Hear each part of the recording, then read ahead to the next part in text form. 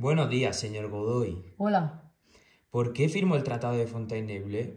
porque Napoleón quería conquistar Portugal y para ello tenía que pasar por España. Lo firmamos para que pasara, pero no se atacara. ¿Y por qué le atacó a algunas ciudades? Porque fuimos tontos y le dejamos pasar sabiendo todo lo que nos hizo. ¿Y qué le parece el motín de Aranjuez? Hombre, pues para mí mal, porque me destituyeron por Fernando VII. Pues gracias y adiós. Adiós. Napoleón aprovechó los problemas de la familia real y obligó a retirarse del trono a su hermano José Bonaparte. Entre 1808 y 1814 ocurrieron las famosas guerrillas. Hasta finales de 1808, tras la sublevación de Madrid, los franceses sitiaron Zaragoza y Girona, pero sufrieron una gran derrota en Bailén. Desde finales de 1808 hasta 1812, las tropas de Napoleón ocuparon casi toda la península. De 1812 hasta 1814 coincidió con el declive militar de Napoleón. Tropas españolas e inglesas, al mando del duque de Wellington, derrotaron definitivamente a los franceses. Estos abandonaron España y Fernando VII fue repuesto en el trono. A finales de mayo de 1808 se produjo en Sevilla un levantamiento contra la invasión francesa y se creó una junta de gobierno que declaró la guerra a Francia. Hoy nos reunimos para promulgar la primera Constitución. Es la primera de la historia española. En ella aprobaremos muchas reformas que responderán al final del antiguo régimen, como la libertad de imprenta, la abolición de la tortura y la suspensión de la Inquisición, los señoríos y los gremios, y declararemos la igualdad de todos los ciudadanos ante la ley. Se aprobó el 19 de marzo de 1812 y reflejaba los principios del liberalismo político. Reconocía la soberanía nacional, establecía una monarquía moderada hereditaria, adoptaba el principio de división de poderes. El poder legislativo era ejercido por el monarca y las Cortes, formadas por una sola cámara. El poder ejecutivo correspondía al monarca, quien nombraba a los ministros, dirigía las relaciones internacionales, y el poder judicial era ejercido por los tribunales de justicia. También establecía la religión católica y en la Constitución se reconocían importantes derechos como la igualdad ante la ley, el derecho de la propiedad y la libertad de imprenta. Fernando VII regresó a España en marzo de 1814. A su llegada, un grupo de diputados absolutistas le entregó el Manifiesto de los Persas, en el cual le sugerían que restituyera la plena soberanía nacional. Poco después, el monarca decretó la abolición de la Constitución de 1812 y de toda la legislación salida de las Cortes de Cádiz y empezó a gobernar como un rey absoluto. Con el apoyo de una parte del ejército, trataron de restaurar el liberalismo mediante pronunciamientos o sublevaciones. Hola, Juan. ¿Qué opinas del liberalismo moderado? Hola, Pablo. Pues que era un partidario de reformas suaves, para que éstas fueran aceptadas por la clase alta y el rey. ¿Y del liberalismo exaltado? En este tipo de liberalismo se defendía la Constitución de Cádiz y las reformas radicales. ¿Y tú a cuál apoyas de estos? Yo, al liberalismo moderado. ¡No, cabrón! Con lo que ha costado crear una constitución. Bueno, te recomiendo que reflexiones. De todas formas, gracias por tu atención. De nada, hombre.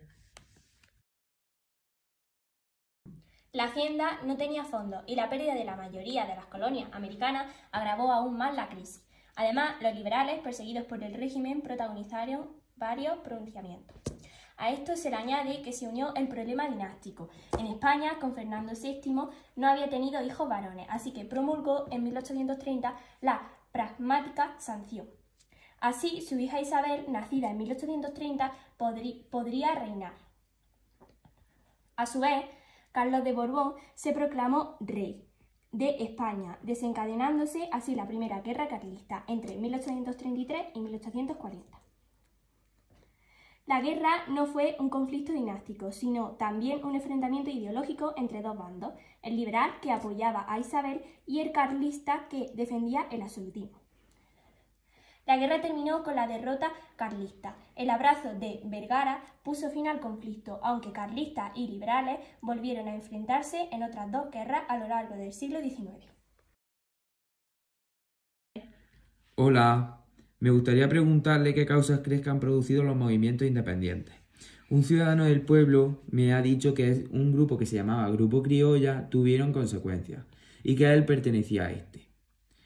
Como creo que ya sabe, estos tuvieron gran poder económico, pero este fue escaso en política. ¿Crees que hay alguna causa más? Hombre, creo que le faltan algunas cosas importantes, como la difusión de las ideas del liberalismo y del nacionalismo, y los intereses del Reino Unido, que deseaba la independencia de las colonias españolas, para poder comerciar libremente con ellas. En el proceso de independencia se pueden distinguir varias fases. De 1808 a 1815, tras el vacío de poder creado en España durante la Guerra de la Independencia, en 1810 se organizaron juntas en varios territorios americanos que proclamaron su independencia. De 1816 a 1824, el movimiento comenzó en Argentina, bajo el liderazgo del general San Martín, que proclamó la independencia de este territorio en 1816. Después derrotó a los ejércitos realistas en Chacabuco y Maipú, lo que originó la independencia de Chile en 1818. El odio a la tiranía me alejó de Venezuela cuando vi mi patria encadenada, y el amor a la libertad me ha conducido a ella, venciendo cuantos obstáculos se oponían a la marcha que me encaminaba a redimir a mi país de los horrores y vejaciones de los españoles. Mis huestes, seguidas por el triunfo, lo han ocupado todo y han destruido el coloso enemigo. Ciudadanos, yo no soy el soberano. Vuestros representantes deben hacer vuestras leyes. Anhelo transmitir este poder a los representantes que debéis nombrar, permitiéndome el honor a que únicamente aspiro, que es el de continuar combatiendo a vuestros enemigos, pues no envainaré jamás la espada mientras la libertad de mi patria no esté completamente asegurada. Soberanía. Compartida entre las Cortes, el rey o la reina. Nacional. Sufragio. Censitario restringido. Censitario más amplio. Poder legislativo. Cortes con el monarca, parlamento, bicameral, congreso y senado. Cortes, parlamento unicameral, congreso. Poder ejecutivo. Monarca nombra al gobierno. Monarca nombra al gobierno. Poder judicial. Tribunales y jueces. Tribunales y jueces. Atribuciones del rey. Ejecutar las leyes, disolver el Congreso, nombrar los senadores, dirigir la política exterior. Ejecutar las leyes, disolver el Congreso con condiciones, nombrar a algunos senadores y dirigir la política exterior con condiciones. Derechos individuales. Limitado. Más amplio. Confesionalidad. Estado confesional católico, sin libertad de culto. Estado confesional católico con libertad de culto. Hola, general Espartero. Hola, mi fiel ciudadano. ¿Por qué fue un militar progresista? Porque había logrado grandes éxitos contra el carlismo. ¿Y por qué gobernaste de forma autoritaria? Porque me dio la posibilidad de granjear la posición de moderado y progresista. Muchas gracias, mi señor. De nada. En 1945 se promulgó una constitución que establecía la soberanía compartida entre el rey y las cortes elegidas por un sufragio muy restringido. Se limitaron algunos derechos individuales, como la libertad de prensa. El Estado se organizó de forma centralista. El gobierno controlaba las provincias a través de las diputaciones provinciales y los gobernadores civiles. Se formaron dos bandos, demócratas, que defendían el sufragio universal masculino, y de los republicanos, que deseaban la proclamación de la República. Durante el bienio progresista hubo una gran actividad legislativa, la Ley de Ferrocarriles, una constitución en 1856, que no llegó a ser promulgada, la desamortización de Madoz de bienes de la Iglesia y de los ayuntamientos, la crisis económica, los conflictos sociales y las luchas por el poder hicieron que en 1856 la reina encargara la formación de gobierno a O'Donnell. En 1866, progresistas, demócratas y republicanos firmaron el Pacto de Ostende, en el que acordaron derrocar a Isabel II y democratizar la vida política española. Tras derrocar a la reina, se constituyó un gobierno provisional, presidido por Serrano, que convocó elecciones a Cortes Constituyentes. Estas aprobaron la Constitución de 1869, el primer texto democrático de la historia de España. Contenía una amplia declaración de derechos y se reconocía el sufragio universal masculino. La monarquía se mantuvo como forma de gobierno y Serrano fue nombrado regente hasta que se eligiera un rey. Se subastan la corona y el cetro de España. ¿Quién da más? Empezamos la apuesta por 1000. Aquí, al Yo, de yo, blanco. yo. Al de blanco, 1500. Yo. Al de blanco, 1500. A la de 1500 al de blanco. Yo doy 2000. 2000. 2000 al de amarillo por 1, 2, La subo yo a 2500. 2500 al de blanco, a la de 1, a la de 2 y a la de 3. Su ganado por el señor de blanco. Felicitaciones a Andrés Rodríguez de España. Amadeo, ya no te vas a llamar Amadeo, te vas a llamar Amadeo I.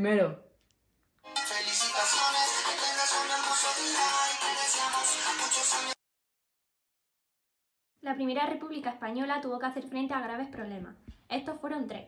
Primero, el estallido del movimiento cantonalista. El cantonalismo era una interpretación radical del feudalismo. Proponía la organización territorial de España como una república federal de 17 estados. En julio de 1873 se crearon cantones o repúblicas independientes en Cataluña, Málaga y Cartagena. El movimiento fue duramente reprimido. Segundo, la Guerra de Cuba. Había comenzado en 1868 por el descontento de la población criolla, que rechazaba la opresión económica de España y deseaba participar en el gobierno de la isla. El conflicto finalizó en 1878 con la Paz de Zanjón. Tercero, la Tercera Guerra Carlista, promovida por el pretendiente carlista Carlos VII, se inició en 1872 y afectó a gran parte del territorio español. La contienda finalizó en 1876, ya en el reinado de Alfonso XII. En 1874, el general Martínez Campos proclamó rey a Alfonso XII, hijo de Isabel II. De esta manera comenzó un periodo de notable estabilidad política en España, la Restauración. El nuevo rey nombró presidente de gobierno a Antonio Cánovas del Castillo. Cánovas puso fin a la Guerra de Cuba y a la Guerra Carlista y creó un nuevo sistema político en el que tenían cabida todos los partidos que aceptaran la monarquía y un régimen constitucional. Españoles, hoy nos reunimos para aplicar una nueva constitución. En ella incluiremos Cállate, una gilipollas. amplia relación Hashtag amo la de república. derechos y libertades. Además, proclamaré la confesionalidad del Estado y la soberanía compartida entre las Cortes y el Rey. Fue posible por la existencia de la corrupción electoral. El rey decidía primero qué partido iba a formar gobierno y después se convocaban elecciones que se amañaban para que las ganara el partido elegido. Los llamados caciques formaban a la población rural mediante amenazas, que convenía para la formación del gobierno. Esta práctica se conoce como caciquismo. En las ciudades se manipulaban los resultados si no eran los esperados, que esto era el pucherazo. Así se fabricaban resultados electorales que daban alternativamente la victoria a conservadores y a liberales. Vender la masa de bienes que han venido a ser propiedad del Estado no es tan solo dar una garantía positiva a la deuda nacional, es abrir una fuente abundantísima de felicidad pública, vivificar una riqueza muerta, desobstruir los canales de la industria y de la circulación, apegar al país a todo lo propio, es, en fin, identificar con el trono excelso de Isabel II orden y libertad. Se inició en España con retraso, debido a diversos factores. El carbón era escaso y de mala calidad y su extracción resultaba costosa. España disponía de yacimientos de hierro, pero sobre todo se exportaba desde Reino Unido. Las infraestructuras de transporte eran deficientes. No existía un mercado interior por la reducida capacidad de compra de la población. Y por último, la escasez de capitales propios. Las primeras industrias se desarrollaron en las siguientes zonas. La industria textil y algodón en Cataluña, localizada en torno a Barcelona. La industria siderúrgica en Andalucía, el País Vasco y Asturias. Los primeros altos hornos se construyeron en Málaga en la década de 1820. Desde el último cuarto del siglo XIX se desarrolló a la red de Bilbao, la siderurgia vasca, entre las que se destacó los altos hornos de Vizcaya, fundada en 1902. La Ley de Ferrocarriles de 1855 estimuló la construcción de la red ferroviaria básica, cuya realización fue intensiva en la década siguiente. En 1829 se fundó el Banco Español de San Fernando, cuya tarea principal era prestar dinero al Estado. En 1856 se transformó en el Banco de España. En 1831 nació, además, la Bolsa de Comercio, en Madrid para negociar la negociación de los valores de las empresas. El crecimiento demográfico se explica por el mantenimiento de una elevada natalidad y el escaso descenso de la mortalidad. Muchos campesinos y campesinas abandonaron el campo y se dirigieron a las ciudades donde estaban las industrias. Además, numerosos españoles y españolas emigraron a América, fundamentalmente a Argentina y Cuba. Hola, charcos de mugre. Hola, retrasado mental.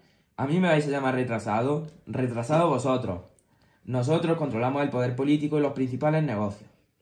Cállate, cállate. Nosotros estamos luchando por controlar el poder político y lo conseguiremos, aunque tengamos pequeñas empresas y pequeños negocios. Vivimos bien.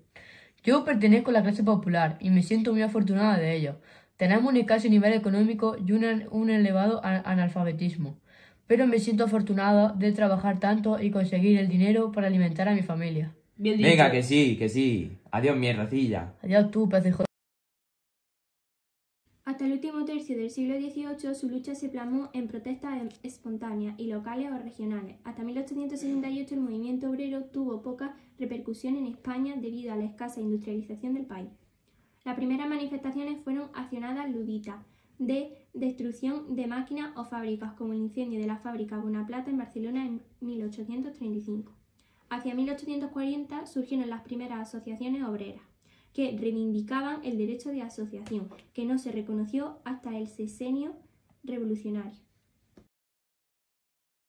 En 1868 llegó a España el anarquista Giuseppe Fanelli, que organizó la selección española de la Primera Internacional, donde se creó la Federación Regional Española. El anarquismo español se dividió entre un sector sindicalista más moderado y un sector más radical, partidario de la acción directa, que se tradujo en atentados terroristas. En 1910, diferentes grupos anarquistas fundaron la Confederación Nacional de Trabajo, el sindicato anarquista. Aquí estamos representando el mitin de Pablo Iglesias, que fue el fundador del Partido Socialista Obrero Español, es decir, el PSOE, que es el nombre más conocido. En 1888 creó la Unión General de Trabajadores. A comienzos del siglo XX, la presencia socialista en España era menor que la anarquista y solo tenía importancia en Madrid y el País Vasco. Desde 1914 el socialismo fue ganando seguidores en Andalucía, Extremadura y Levante. Destituyeron por Fernando VII. Más, los liberales, perseguidos por el régimen, protagonizaron varios Gran poder económico, pero este era escaso es que me he equivocado. Hoy nos reunimos para varios territorios americanos que proclamaron su independencia. De 1816... Dios, Pablo,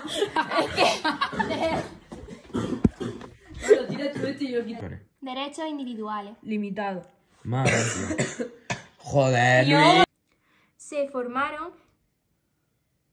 ¿Qué pone aquí? Empieza en 1000.